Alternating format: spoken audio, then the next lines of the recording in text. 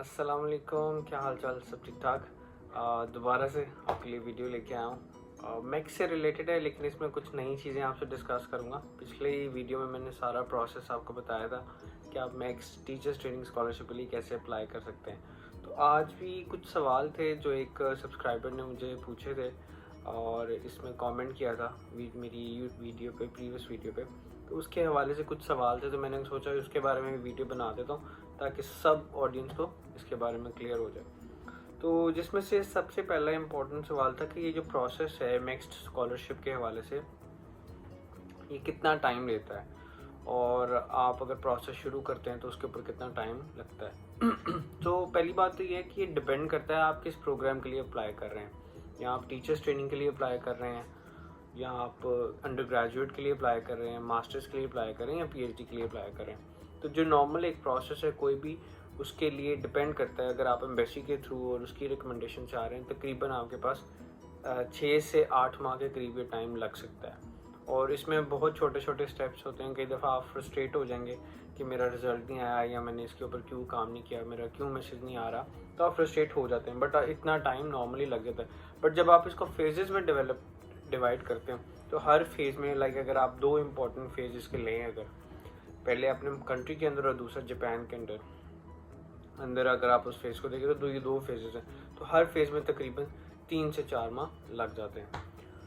फिर उसके बाद एक और सवाल पूछा है किसी सब्सक्राइबर ने। उसने कहा कि एम्बेसी रिकमेंडेशन और यूनिवर्सिटी रिकमेंडेशन में क्या डिफरेंस है।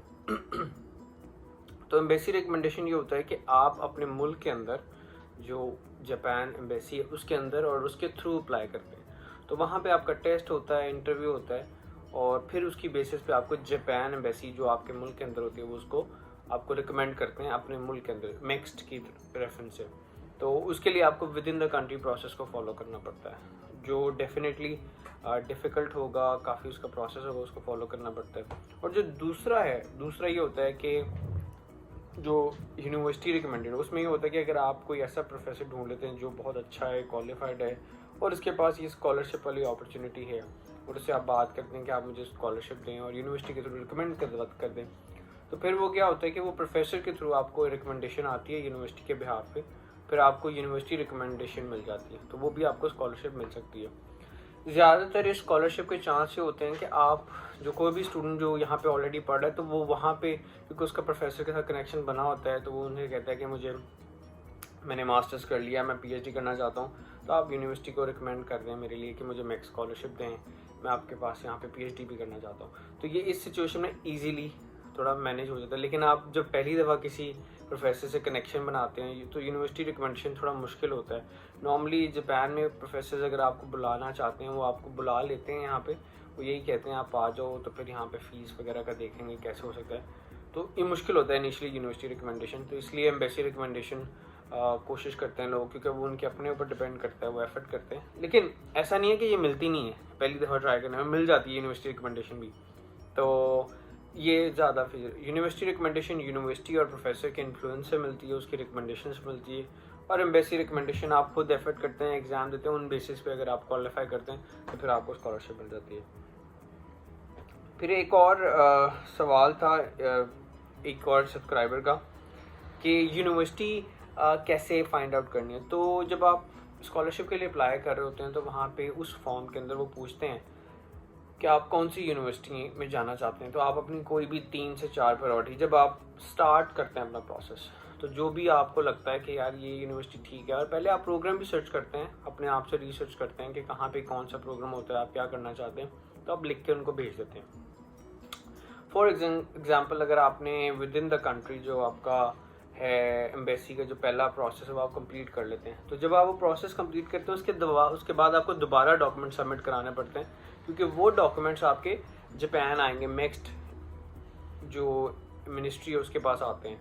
तो वो जब आप रिकमेंड हो जाते हैं, जब आपके अपने मुल्क से रिकमेंडेशन मिलती है और वो प्रोसेस दोबारा जापान आता है, फिर वहाँ पे भी डॉक्यूमेंट्स आपके रिव्यू होंगे, फिर वो आपको फाइनल रिकमेंडेशन देते हैं। तो जब वो आप अपने मुल्क में क्वालिफाई कर जाते हैं, आपको रिकमेंड कर देते हैं, फिर वो आपको एक लिस्ट देते हैं कि कौन सी यूनिवर्सिटी कौन सा प्रोग्राम ऑफ़र करती है और आप कहाँ जा सकते हैं, और वहाँ के यूनिवर्सिटी के अगर आप यूनिवर्सिटी के अंदर रहते हैं उसके क्या एक्सपेंसेस है, वो एक कैटलॉग आपको साथ मिलती है, तो उसमें भी आप चेक कर सकते हैं लेकिन उसके अलावा भी आप अपने तौर पर रिसर्च करते हैं तो, लेकिन अगर आपकी पहली रिकमेंडेशन आपकी कंट्री से हो जाती है, कंट्री की एम्बेसी से हो जाती है, तो फिर इसमें आपको वो कैटलॉग मिल जाती है, वो ज़्यादा इजीली और ज़्यादा क्लैरिटी के साथ आपको अवेलेबल हो जाती है। लेकिन आप खुद भी रिसर्च करते हैं, खुद भी देखते हैं मैं कहाँ जाना चाहता हूँ। तो मेरे केस में मैंने खुद भी काफ़ी यूनिवर्सिटीज़ देखी। जब मुझे रिकमेंडेशन मिल गई अपने मुल्क से, एम्बेसी से, फिर मुझे वो कैटलॉग मिल गया, फिर मुझे ज़्यादा क्लियर हो गया। तो फिर उसको भी चूज़ करने के डिफरेंट स्टेप्स हैं। आप देखते हैं कहाँ कहाँ क्या क्या विजिबिलिटी और क्या क्या अपॉर्चुनिटी है, उसके अकॉर्डिंगली आप डिसाइड करते हैं। तो इस तरह के कुछ सवाल थे जो मैंने आपसे शेयर करते हैं। और यहाँ पे लास्ट सवाल है कि कौन सा ऐसा सोर्स है जो मैं प्रेफर करता हूँ कि आप तैयारी करें, वहाँ से एग्ज़ाम वगैरह देखें। तो ऐसे काफ़ी ज़्यादा जो रेफरेंसेस हैं, जो लिंक्स हैं, वो अवेलेबल हैं। जापानीज़ एम्बेसी वहाँ पे लिंक शेयर करती है कि जहाँ से आप प्रिपरेशन कर सकते हैं, लेकिन वो बहुत बेसिक होता है, आपको खुद भी थोड़ा देखना पड़ता है क्या और चीज़ें अवेलेबल हैं। लेकिन ज़्यादातर अगर आप सिर्फ जा रहे हैं मास्टर्स और पीएचडी प्रोग्राम के लिए, तो उसके अंदर आपकी ज़्यादा इंग्लिश लैंग्वेज स्किल्स को देखा जाता है। उसमें आपको और टेस्ट भी देना होता है जो जापानीज़ होता है, बस वो इतना इंपॉर्टेंट नहीं होता, बट वो सिर्फ आपने अटेंडेंस उसमें समझ अपनी इंश्योर करनी होती है। लेकिन जब आप अंडर ग्रेजुएट के लिए जा रहे हैं तो उसमें आपके 2 से 3 और टेस्ट होते हैं, वो सब्जेक्ट रेलिवेंट होते हैं, ठीक है। तो टीचर्स ट्रेनिंग के लिए इतना ज़्यादा ज़रूरी नहीं है, वो सिर्फ आपको इंग्लिश का चाहिए और जापानीज़ टेस्ट देते हैं, लेकिन उसमें पास होना ज़रूरी नहीं है। जापानीज़ के लिए इंग्लिश में पास होना बहुत ज़रूरी है। तो ये कुछ सवाल थे जो मेरे सब्सक्राइबर ने पूछे और मुझे बहुत अच्छा लगा। उन्होंने काफ़ी डिटेल में सवाल पूछे और मुझे भी खुशी होगी कि अगर वो वीडियो देखें और इसके ऊपर कमेंट करें अगर मैंने उनके सवालों का जवाब दे दिया।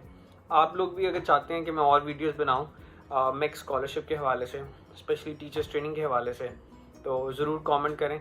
मैं आपसे और भी डिटेल शेयर कर दूंगा। If you need any help please contact me. और अभी क्योंकि प्रोग्राम आने वाला है 1-2 माह में, तो आप कोशिश करें अपने डॉक्यूमेंट्स को प्रिपेयर करना शुरू कर दें। दैट विल हेल्प यू इंशाल्लाह। तो अपना बहुत सारा ख्याल रखें, फिर आपसे बात होगी। अल्लाह हाफ़िज़।